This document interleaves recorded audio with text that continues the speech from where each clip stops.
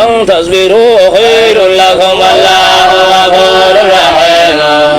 يريد الله ليبين لكم ويهديكم سنن الذين من قبلكم ويتوب عليكم والله عليم حكيم الله يريد أن يتوب عليكم ويريد الذين يتبعون الشهوات أن تميلوا ميلا عظيما يريد الله أن يخفف عنكم وخلق الإنسان ضعيفا يا أيها الذين آمنوا لا تأكلوا أموالكم بينكم بالباطل إلا